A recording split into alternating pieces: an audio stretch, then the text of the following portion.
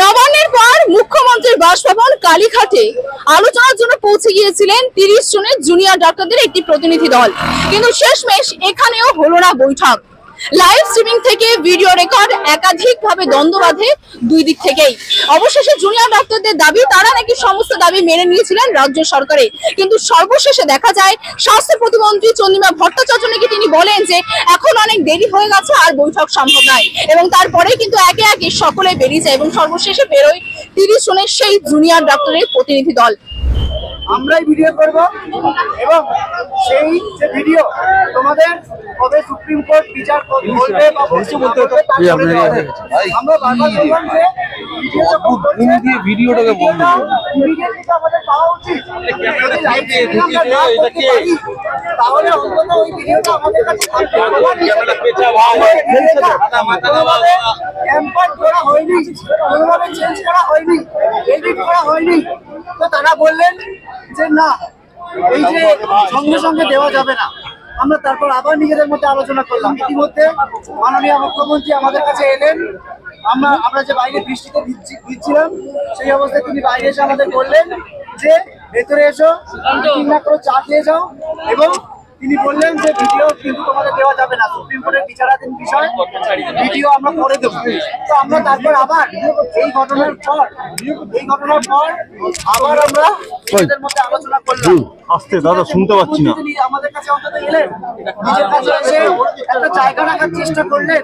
তো আমরা নিজের মধ্যে আলোচনা করে ঠিক করলাম যে ঠিক আছে, তার চেয়ারের প্রতি সম্মান রেখে এবং মুখ্যমন্ত্রীর প্রতি সম্মান রেখে আমরা কোন রকম ভিডিওগ্রাফি ছাড়াই শুধুমাত্র যে মিনিটস দেওয়া হবে, যাতে আমাদের সাইন থাকবে এবং ওনাদের সাইন থাকবে, এইটুকুতেই রাজি হয়ে আমরা মিটিং করবো। এইটুকু দেখেই আমরা মিটিং করবো। আমাদের ভিডিওর দরকার নেই, আমরা বিশ্বাসটা রাখলাম।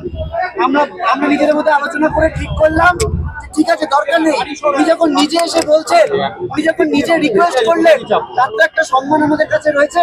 এই সম্মানটা দেখানোর জন্য আমরা ভাবলাম যে ঠিক আছে, ভিডিও আমরা আস্থা রাখি।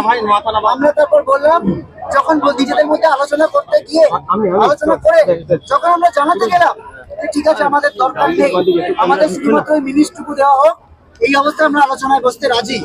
তখন হঠাৎ করে স্বাস্থ্য প্রতিমন্ত্রী চন্দ্রিমা ভট্টাচার্য এসে বললেন যে অনেক দেরি হয়ে গেছে। মিনিটসের আমাদের আপত্তি ছিল না, শেষের দিকে আমরা মিনিটসেই কথা বলতে যাচ্ছিলাম, কিন্তু আমাদেরকে বলা হলো যে সময় শেষ হয়ে গেছে, তাই আমরা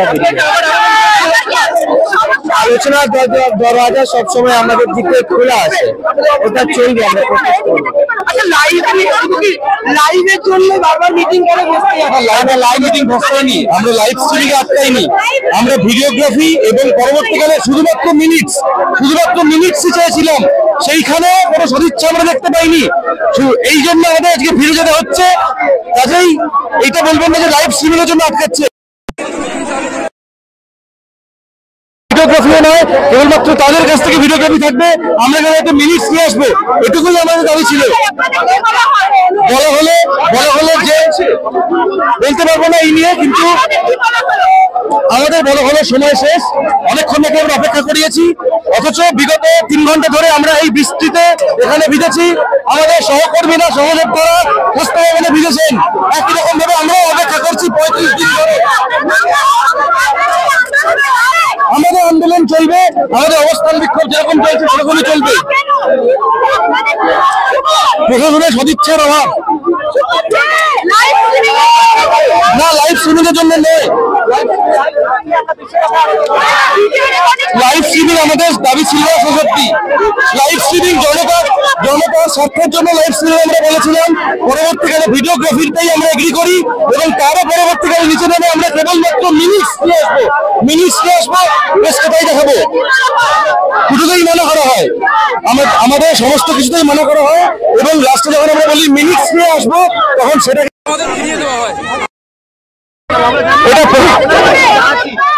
এইটা আমরা আলোচনা করে জানাবো। গণবিরোধী আন্দোলন যেরকম চলে সেরকমই চলবে।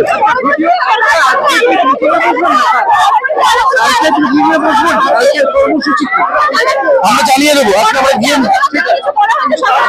না পরবর্তী আলোচনা আমরা মিটিংয়ে বসে কোথাও জানাবো। ঠিক আছে। বাংলা হান্টের আরও খবর দেখতে নজর রাখুন। বাংলা খবর মানেই বাংলা হান্ট।